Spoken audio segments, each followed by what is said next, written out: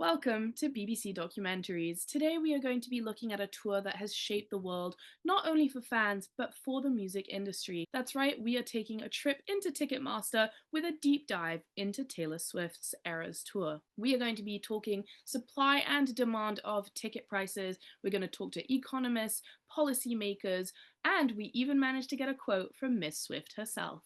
Oh, hi. I heard you're making a documentary about me. So cute. I'm actually on my honeymoon with Travis right now. Don't have time to talk, but economics, ecoschmonics. Bye. We also managed to talk to one of her crew members. Love her or hate her, Taylor Swift did make history with the Eras Tour. It was the highest grossing tour in music industry history, and I was honored to be a camera person and rigger on the shows in Vancouver. However, although this tour was a blessing to many, it also brought a lot of scrutiny onto one company, Ticketmaster. Let's get some background. Founded in 1976, Live Nation and Ticketmaster merged in 2010 and quickly became a very dominant force in the live entertainment industry. In 2009, before the merger, they were predicted to have a revenue of $6 billion. However, as of September 2025, the company is worth $37.5 billion, selling over 500 million tickets annually in 30 countries worldwide. They are, however, not without their faults. This came to light primarily with Taylor Swift's Eras Tour's ticket selling, which caused a lot of outrage amongst fans. There was a system crash, which caused a lot of fans to lose tickets that were already in their checkout baskets. Not only that, but a lot of scalpers have access to those tickets, which really drove up the prices. That all led to a lot of legal actions being taken against Ticketmaster and Live Nation, not only by the American government, but by fans themselves. We will now be hearing from a Ticketmaster data analyst from Mexico. Webster, take it away. Yeah, thank you so much for having me, Valie. As a market data analyst, my work focuses on understanding and explaining how firms exert market power. So, design pricing strategies and the effects that these have on overall market welfare. Ticketmaster serves as an ideal case study here. So, the company has established significant market power by controlling ticket distribution for most major live events through exclusive contracts and technology barriers. This market dominance lets Ticketmaster influence prices and the consumer experience way more than any of its competitors. So, looking at their pricing, Ticketmaster uses dynamic pricing models that adjust ticket prices in real time based on demand, allowing them to maximize revenue during high profile events like the Eras Tour. They also apply price discrimination by segmenting customers through pre-sales, VIP packages, and segmented access, so effectively charging different prices to fans with varying willingness to pay. These approaches can result in a very sharp increase in average ticket costs and fuel significant activity on secondary markets where prices can just skyrocket even further. So from a welfare perspective, these pricing strategies can reduce consumer surplus as genuine fans are often priced out or forced into expensive resale markets. Sellers, in turn, become more reliant on Ticketmaster's platform, limiting their options. Recently, the fallout from system crashes and skyrocketing prices during the Eras Tour led to antitrust scrutiny, and policymakers question whether these practices undermine competition and fairness. In my role, I would analyze these market trends, pricing models, and regulatory impacts to just help stakeholders make informed decisions, identifying where the systems can be more efficient or equitable, and just providing data-driven recommendations for responding to competitive and policy shifts in the market. Joining us from Nanjing in China, we have economist Olivia. Okay, I'm glad to be here. Okay, now let's talk about demand and supply curve. Ticketmaster's primary product is tickets, and its customers are mainly fans. This means Ticketmaster's demand is fan-based.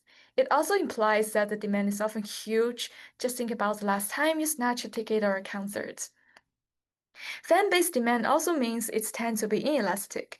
For some zealous fans, tickets to their idol's concert could even equal to the necessities. Okay, now consider the supply curve. The number of tickets a concert can sell is usually equal to the number of seats available. The capacity of the activity can be the final supply that the firm provided. In other words, Ticketmaster's supply is vertical and nearly fixed. This also means the supply curve is highly inelastic. Let's focus on one simple case. In 2023, Taylor Swift finished her global tour, the Eras Tour. She traveled to 51 cities across 21 countries and performed 139 shows.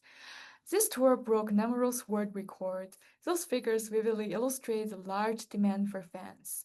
Okay, over 3.5 million people pre-registered for the ticket pre-sale and over 2 million tickets were sold on Ticketmaster. Notably, when Taylor's ticket went on sale, her fans generated 3.5 billion total requests to Ticketmaster's system. This overwhelmed the website, causing it to crash and become inaccessible. To draw the supply and demand curve, we need to find data from Ticketmaster and Taylor's World Tour.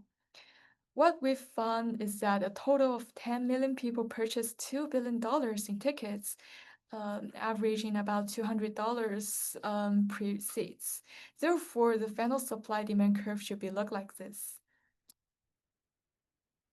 A live events lawyer from Shenzhen, China, Joycelyn, had this to say. Let's see the welfare and policy issues in this case.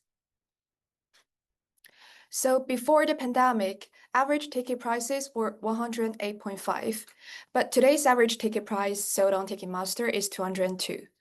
The increase in price led some consumers to exit the market, reducing quantity demanded, while those who remain face higher actual payments. Together, both effects reduce consumer surplus. Ticketmaster has a revenue model that makes money in just one way, by collecting a percentage of all tickets sold on its platform. Buyers pay 20% of the ticket price and sellers pay 10%. Take a 200 ticket as an example. With a 20% fee, the fan actually pays 240, more for the same ticket. So consumer surplus falls. The seller, meanwhile, only gets 180 after Ticketmaster's 10% cut. That means lower seller surplus, unless the seller raises the ticket price. But if they do, fans pay even more and consumer surplus shrinks further. The scalpers in the secondary market make things worse. They use bots to grab tickets instantly, then resell at higher prices. This pushes ordinary fans out of the primary market and distorts allocation. Tickets go to those who can pay the most, not necessarily those who value the concert the most. In response to these efficiency and welfare issues, the DOJ sued Live Nation Ticketmaster for abusing market power. They argued the company locks in artists, venues, and fans, raising prices and limiting competition. Meanwhile, the Senate held hearings on tech failures, scalpers, and lack of transparency. Their focus is to cut wasted time, limit scalpers, and make the process fair.